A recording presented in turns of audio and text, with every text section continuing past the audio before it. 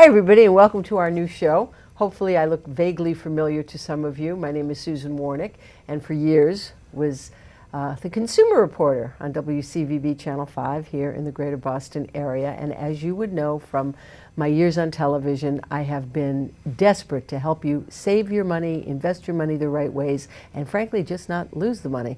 So we decided that we're going to start this new show for all of you to help you do exactly that, protect your money.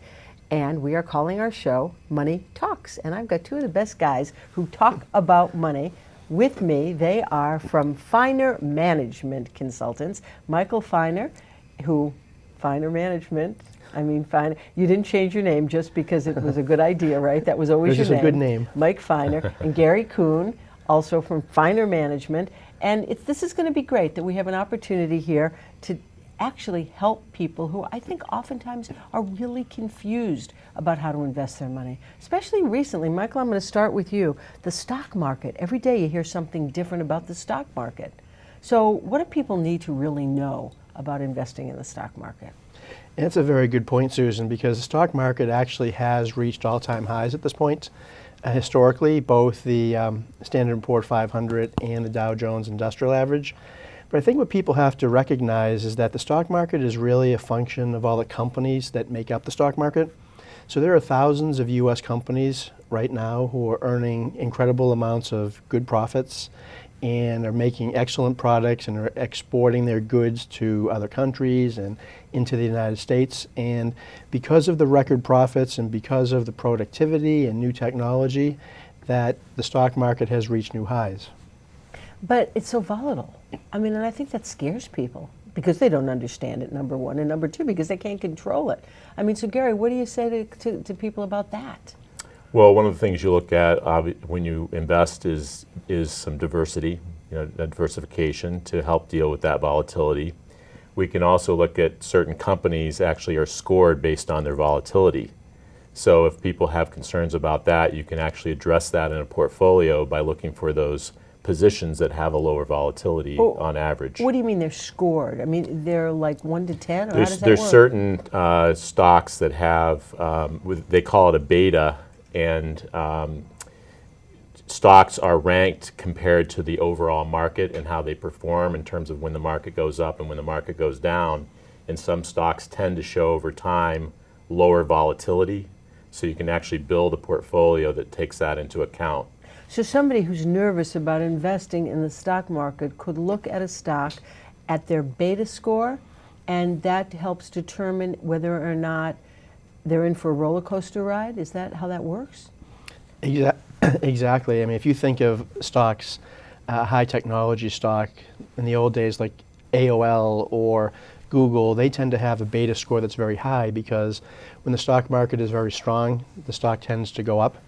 And when the stock market is weak, it tends to go down, but goes down much more than the market. If you get a stock such as Clorox or Campbell Soup, as you might suspect, when the stock market goes up, it might go up a lot less, but when it goes down a lot less. So certain stocks have just much lower volatility and lower beta than other stocks. So you can design a portfolio to reflect someone's risk profile or their sort of behavioral needs, if you will, over time. Well, you guys know and me. remove it.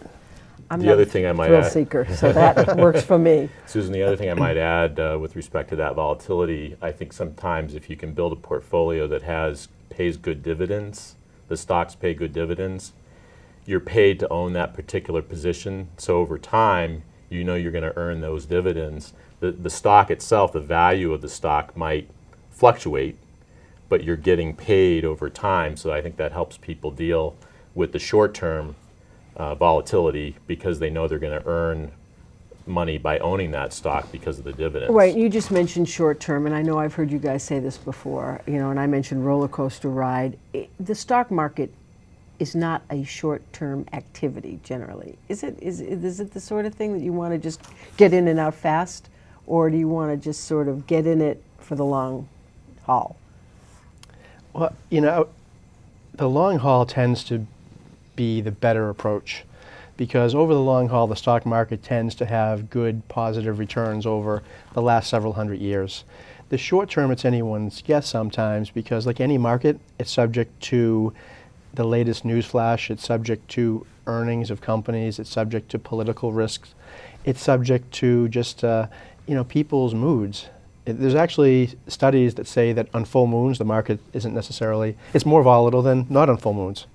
So the short term can be volatile, any 1 to 3 year period, but generally any 10-year or plus period has been positive for markets over the long term. So for someone who has a long-term horizon, and I'll call that at least 10 years, the market generally does not go down, assuming that you own a diversified portfolio with good, solid performing stocks and not betting the ranch on any particular 1 or 2 investments, which is also a recipe for disaster. So Gary, who should get into the stock market? Who's the ideal investor? I think people who do have at least a certain time horizon that's looking to expand their wealth over time. Again, you need to take into account your needs in terms of if you need those funds on a short-term basis, that would be something that you might not want to put all your money in the stock market. But if you have a longer-term time horizon, whether you're a young person, starting to save over time for college, that's something that parents consider. People do live longer today based on the technology that we see. So if someone, 40, 50 years ago, someone, at a certain age might not feel that they have as many years left. Now that same person might have 30, 40 years after retirement that they have in terms of time horizon, and you're certainly not getting much interest in the bank. Right. And although we do have fairly low inflation, that principal that you have is diminishing if it's just sitting there in the bank. So people do realize that with rising healthcare costs and needs that they're going to have over time, that the stock market is one area where you have an opportunity to earn a greater gain. Anything to add to that, Mike? People who need to get a rate of return, in excess of 3 or 4%, which is most of the population, generally should think about being in the stock market because the companies that are in the stock market that make up the indexes tend to produce profits of 7 or 8% per year on average if you take the whole population. And with that 7 or 8% growth means that the entire stock market will tend to rise over time versus the low interest rate environment of historically low interest rates. Right now we sort of have the perfect storm in a good way for the stock market because interest rates are incredibly low, the lowest they've been in several generations. Inflation is incredibly low, which it hasn't been this low for several generations. And the energy costs are the new issue in the economy. All of a sudden, for the first time in probably 2 generations since the 70s, America is energy independent. And as you know, at the gas pump or your heating bill, energy costs are declining precipitously. And that's going to be a setup that is generally good for the companies that make up the stock market.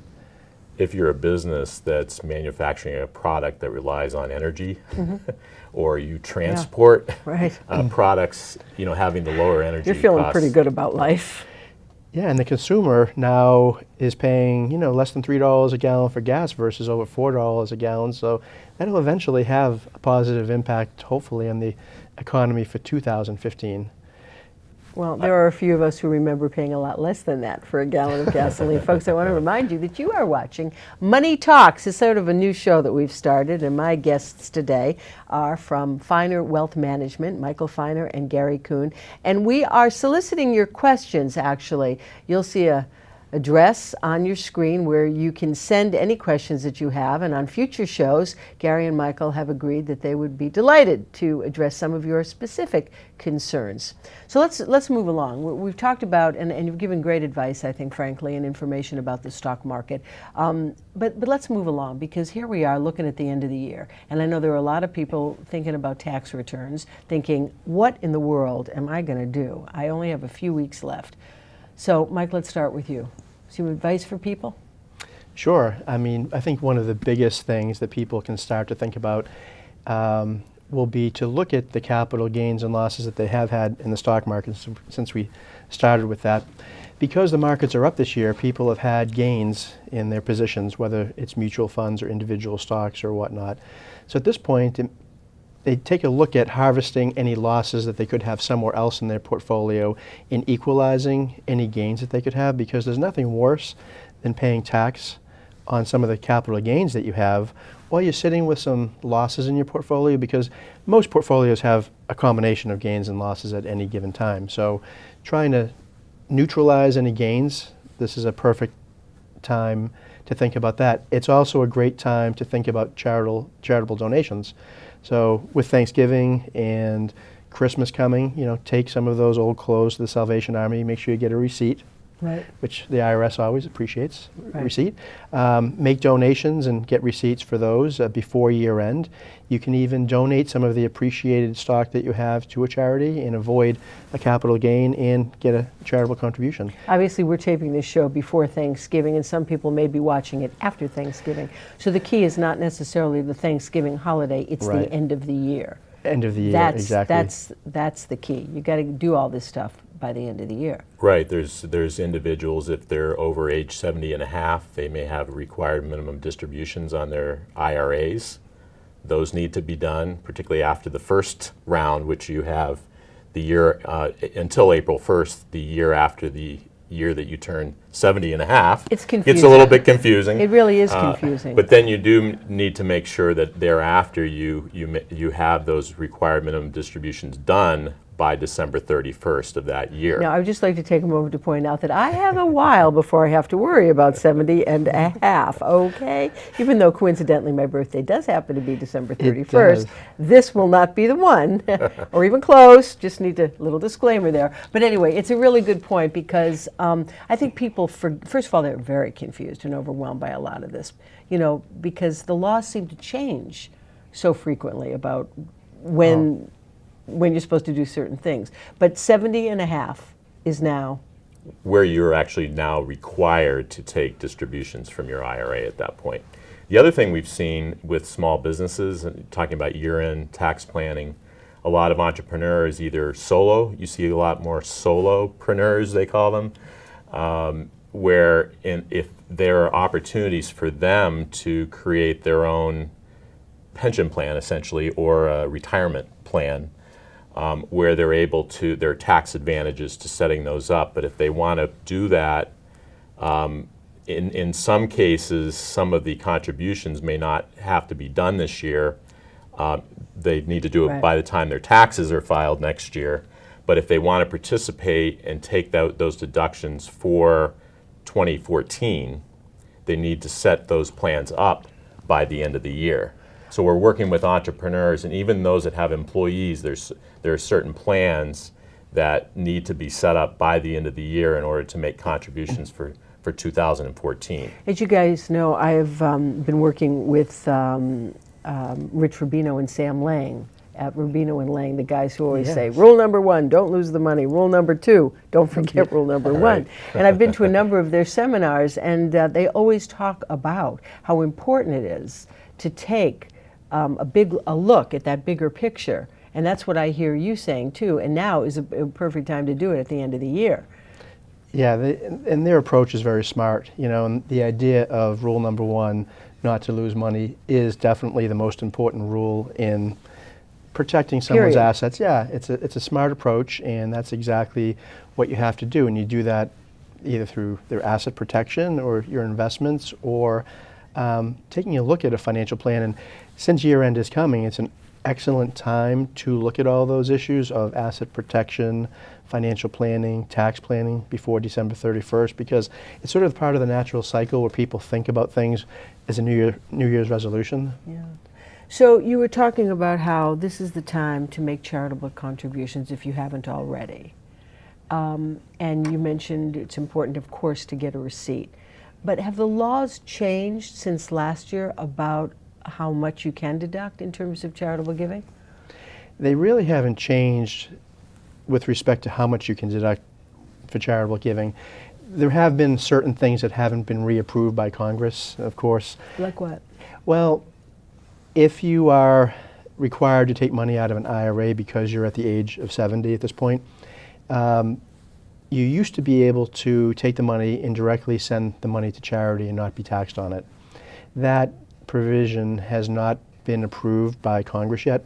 Now, it sort of happens every year that after year end, Congress gets together and approves some things after the fact, but that particular provision still hasn't been approved. They do expect potentially that it will be approved, but who knows? So there are a lot of little complex items for charity that they haven't taken action on. So it's very frustrating because clients do come and ask, hey, I'd like to take money from my IRA and give it to a great charity, and they have an incentive to do that with the tax code, and can I deduct it?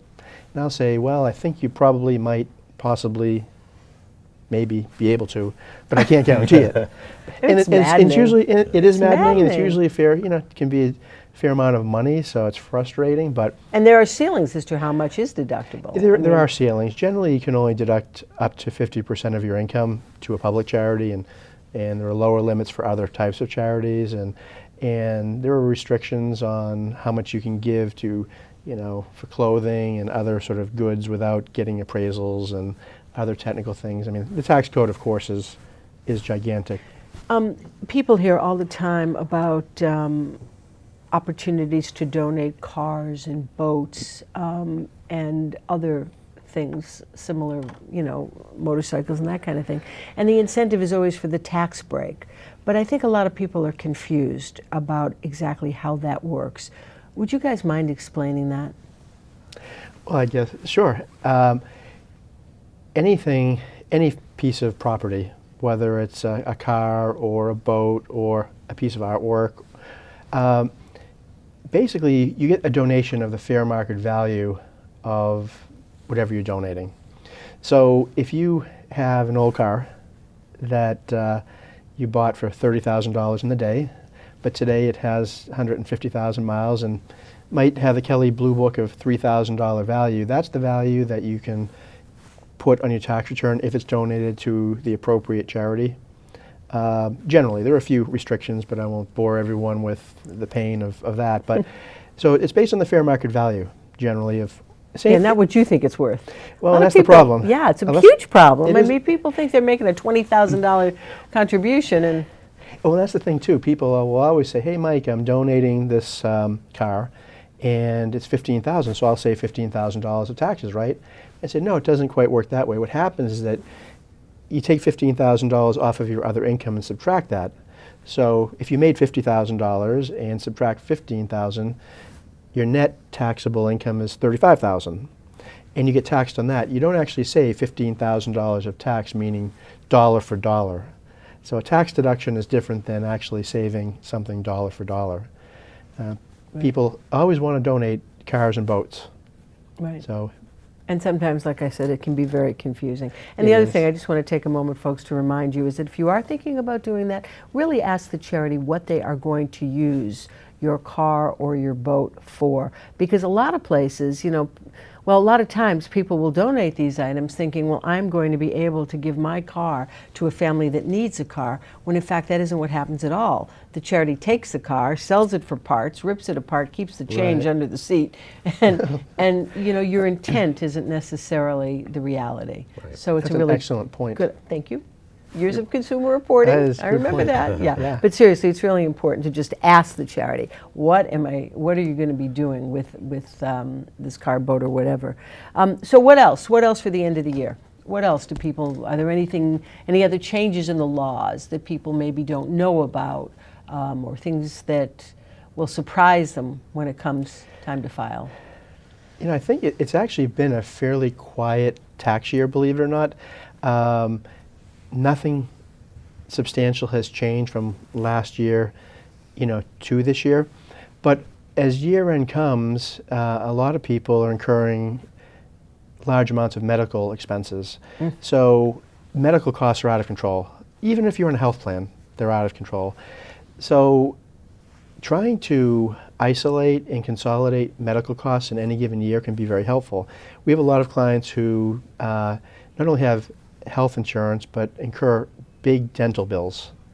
And most dental costs aren't necessarily covered by dental insurance. In fact, you Are get not dental covered. are not. Yeah, I just You get wanna dental underscore insurance. that. Yeah, you get dental insurance, and nothing generally seems to ever be covered. Right. But you take those dental costs plus your medical insurance costs, and potentially, if you can consolidate those in any given year, there are limits that you have to exceed, and it's often beneficial to consolidate that in 1 year as opposed to spreading it out over 2. So if you may have work or procedures, say in December and January, it might be better for you to do it all in December or January, just so you can get all of the expenses in one particular year to exceed the thresholds to deduct certain expenses.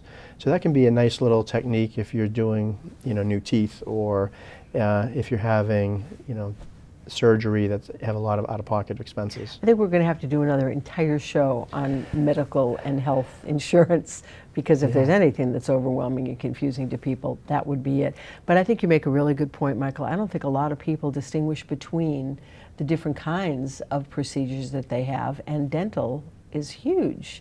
How much of the expense is actually deductible?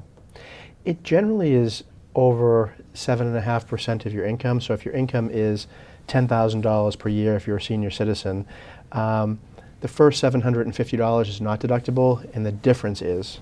So it's generally people whose incomes start to decline also tend to have higher medical expenses. And so I would say people, as you tend to get older, tend to be the people who can deduct the cost because incomes are lower and they can exceed 7.5% of the Social Security benefits or other pensions or passive income that they receive while incurring the medical costs. So it's a nice way, and people often overlook it.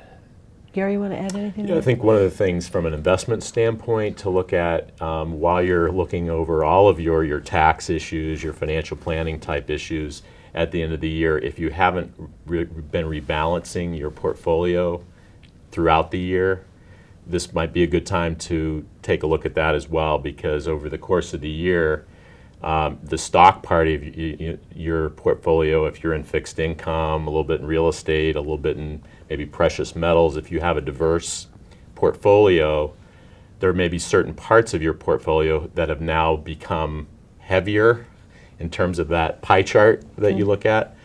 And you also might have certain companies that have gone up quite a bit and may represent a higher share of your overall stock investments than you might want to have. So it's a good time to, while you're going through all of this, to take a look at your portfolio and rebalance it to an allocation that might be more suitable to your particular risk profile. That's something that we do, throughout the year. But an individual investor, this would be a good time to look at that too. And I'm always reminded of the saying, "Don't try this at home." I mean, some people can do it themselves, no question about it. But we only have about 5 minutes left in the show. And what I really want to touch on is the importance, folks, obviously, of working with a professional. Gary and Michael from Finer Wealth Management aren't going to argue. You need a professional for sure. And that makes a lot of sense. That's what you guys do for a living. But I also just want to point out that there are some very practical reasons why you shouldn't be doing this yourselves. And a big one is that you really, you can be scammed so easily. Let's talk for a minute about why it is a good idea to use a professional to do your taxes, for example. I mean, you guys and other professional tax preparers know of certain deductions that maybe people just wouldn't know of on their own. Well, like you've alluded to, the tax law is so very complex. I mean, even since I became a CPA almost 30 years ago, the tax code has probably tripled in size just with rules and regulations. So it's really hard for people to understand all of the little nuances of the tax code. We just were talking to a client who, very smart couple, and I think we were able to help them find the fact that they had certain self-employment that they really didn't understand that they could do a separate self-employed pension fund. And it wasn't because they're not really smart people, but it just didn't occur to Who them. knows, right? They're not professionals. Of course, exactly. Yeah, but in our business, we have a checklist, and we think about, hey, what are all the things that people can do to limit their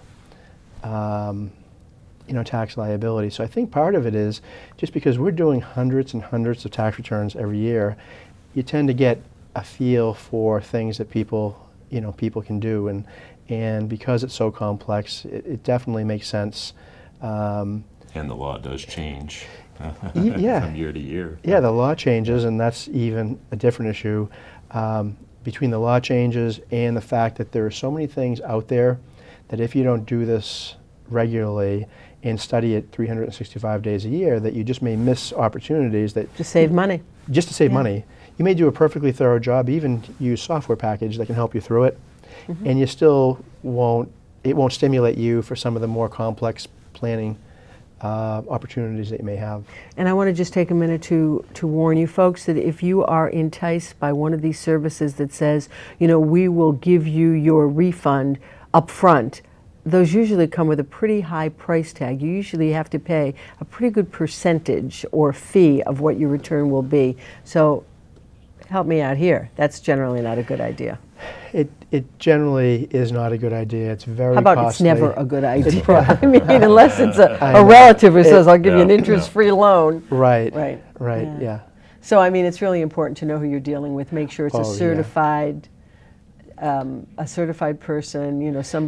Anybody can hang a shingle, but you need to really sure. check. There are enrolled credentials. agents, CPAs, a lot of Yeah. other professionals who have expertise that the IRS approves and whatnot. And I definitely would, not even for professionals' benefit, but it probably is worth a little bit extra, especially if your situation is anywhere other than simple, to get a professional Yeah. who's an expert. Yeah, and it's always a good idea to ask friends and relatives who they use, get referrals for sure, and check people out.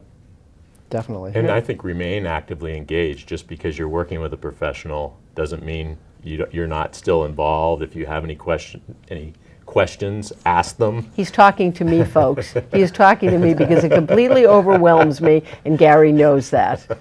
But you're right. Don't be intimidated. Right. And know that you have deal with people, obviously, who will take your calls and answer them. Right. No question about it. Well, you guys have been great. This is terrific.